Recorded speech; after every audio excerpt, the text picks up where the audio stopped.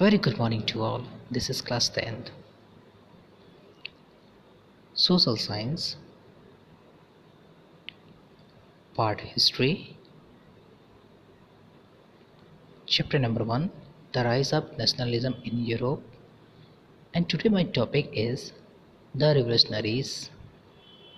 So student, इस topic के माध्यम से आज आप जानेंगे रिवोल्यूशनरीज विच मीन्स क्रांतिकारी कौन कौन थे. Okay.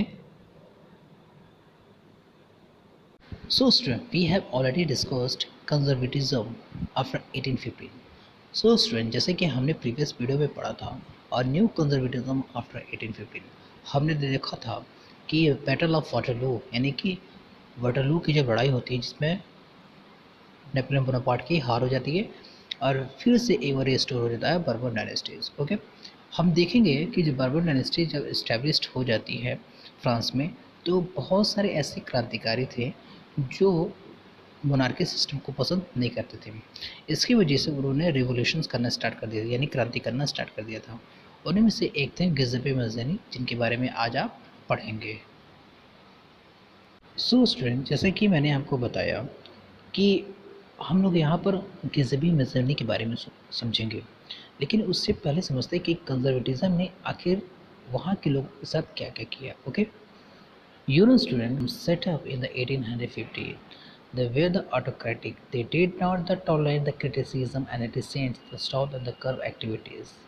The questions the legitimacy of autocracy government. So student, इसे आप ध्यान से समझिए. आप जानते हैं ट्रीटी ऑफ वियना जो 1815 में हुआ था. जब वाटरलू की लड़ाई में नेपोलियन बोनापार्ट हार जाता है तो वहाँ पर कंजर्वेटिज्म आ जाते हैं.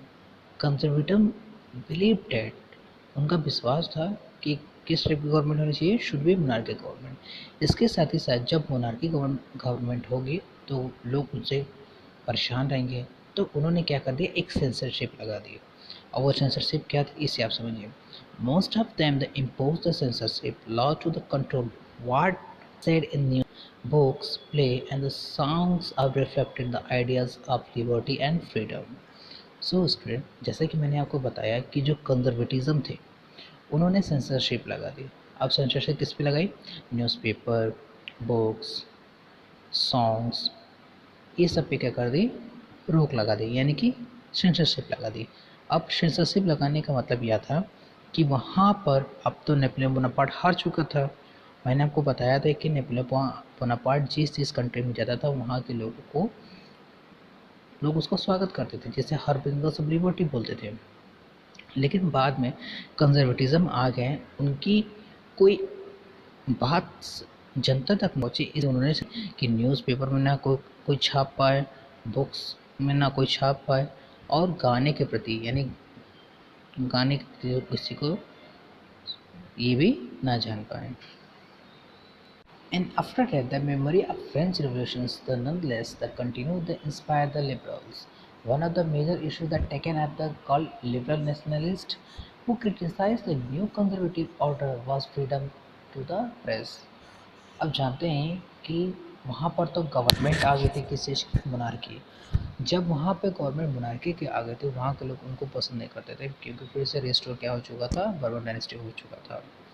बहुत सारे लोगों के मन में आक्रोश था कि वहाँ की गवर्नमेंट को नहीं पसंद करते थे, और जो लोग आक्रोश करते थे उनमें में से कुछ लोग बनते थे रिवोल्यूशनरीज, जिससे हम लोग क्रांतिकारी करते थे. उन्हीं में से एक है वन ऑफ देम जिनका नाम है गिज़ेपे मज़्ज़ानी, जिनके बारे में आप आगे पढ़ेंगे. सो स्टूडेंट, जैसा कि मैंने आपको बताया कि आप यहाँ पे गिज़ेपे मज़्ज़ानी के बारे में जानेंगे. ओके.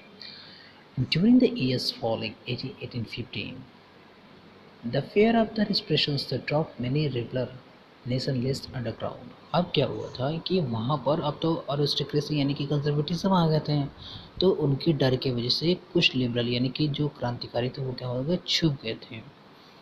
अब उसके क्या हुआ कि secret society sprang in the many European states and the trained revolution that spread their ideas. अब उन्होंने क्या हुआ कि उन्होंने छुप करके एक सीक्रेट सोसाइटी बनाई और वहाँ से उन्होंने अपना काम स्टार्ट कर दिया था. To be revolutionaries at the time they mean the development of the post monarchical form the had been established after Vienna Congress. आपको याद होगा कि ट्रीटी ऑफ वियना 1815 में हुआ था। 1815 की वहाँ पर जो संधि हुई थी, उस संधि के तहत वहाँ पर अब कौन सी गवर्नमेंट आ गई थी? मोनार्की। और कंजर्वेटिज्म बिलीव डैट, मतलब वहाँ पर गवर्नमेंट किस टाइप की होनी चाहिए थी? Should be monarchical government, social hierarchy होनी चाहिए। लेकिन जो सीक्रेट सोसाइटी यानी कि जो कुछ क्रांतिकारी थे, उनका ये मानना था कि समाज के अंदर कोई भी निम्न तबके के लोग ना हो, इसी वजह से उन्होंने एक सीक्रेट सोसाइटी बनाई थी। अब क्या हुआ कि most of this revolutionaries also saw the creation of the nation state and necessary part of the struggle for the freedom। अब कुछ लोगों ने क्या किया, जब सीक्रेट सोसाइटी बनाना स्टार्ट कर दिया था तो लोगों के मन में एक भय था कि उनके साथ कोई घटना ना हो जाए। तो आफ्टर डैट उन्होंने क्या किया था, उन लोगों से स्प्रेड करना स्टार्ट कर दिया था कि ये गवर्नमेंट क्या है, अच्छी नहीं है। तो लोगों ने धीरे धीरे आंदोलन यानी मूवमेंट करना स्टार्ट कर दिया था।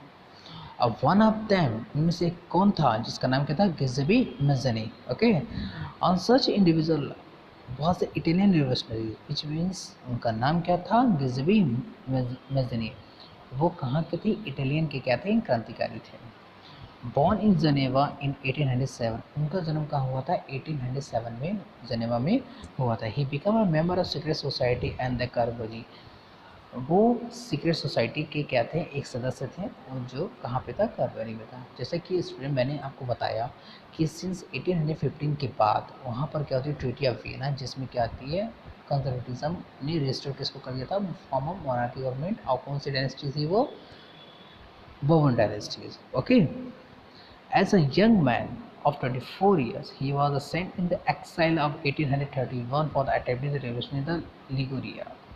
अब इसे ध्यान से समझें। गिज़बी मज़नी ने अपने ही देश के अंदर उन्होंने क्रांति करना स्टार्ट कर दिया था, वहाँ के राजा के खिलाफ तख्ता पलट करना स्टार्ट कर दिया था। तो जब बात ही राजा को पता चला तो गिज़बी मज़नी को एक सज़ा दी। अब वह सज़ा थी एक्साइल, यानी कि उनको देश से बाहर कर दिया गया। लेकिन गिज़बी मज़नी को अपने देश से प्यार था, तब भी वो अपने देश के प्रति बहुत लगाव रखते थे।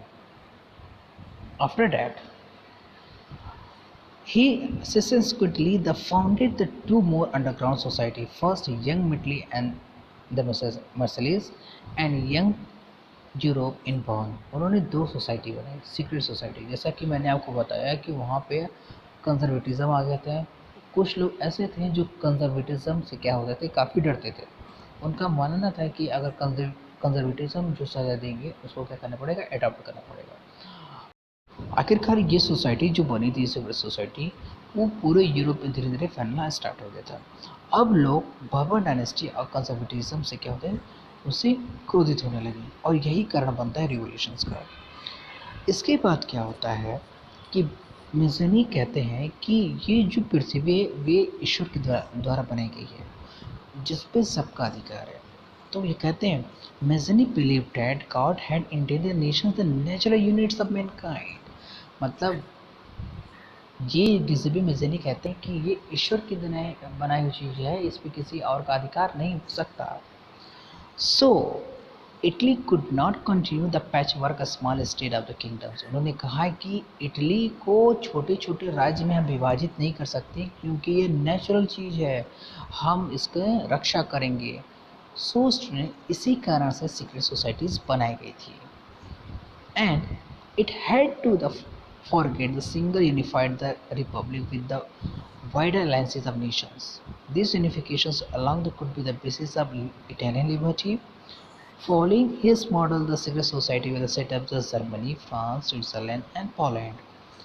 इसके साथ ही साथ जब गिज़बी मेज़नी ने सीक्रेट सोसाइटी बनाई थी तो उनसे लोग प्रभावित होकर, इन्हें इंस्पायर होकर कुछ लोगों ने बहुत सारी सीक्रेट सोसाइटी बनाई थी। ये secret society Germany, France, Switzerland और पोलैंड थी। इसके साथ ही साथ आपको पता होगा कि ट्रीटी ऑफ वियना में जो होस्ट किया था, जिसका नाम था ड्यूक मेटरनिख, उन्होंने कहा था कि the most dangerous enemy of social order, मतलब गिज़नी मिज़नी जो है वो हमारे कंजर्वेटिज्म के लिए क्या है? खतरनाक साबित है। सो स्टूडेंट, जैसे कि आज इस वीडियो में आपने पढ़ा द रिवोल्यूशनरीज, नेक्स्ट वीडियो में आप पढ़ेंगे द एज ऑफ रिवॉल्यूशन, जिसके अंदर आप पढ़ेंगे the romantic imaginations and the national feeling, and hunger, hardship, and the popular world. Thank you.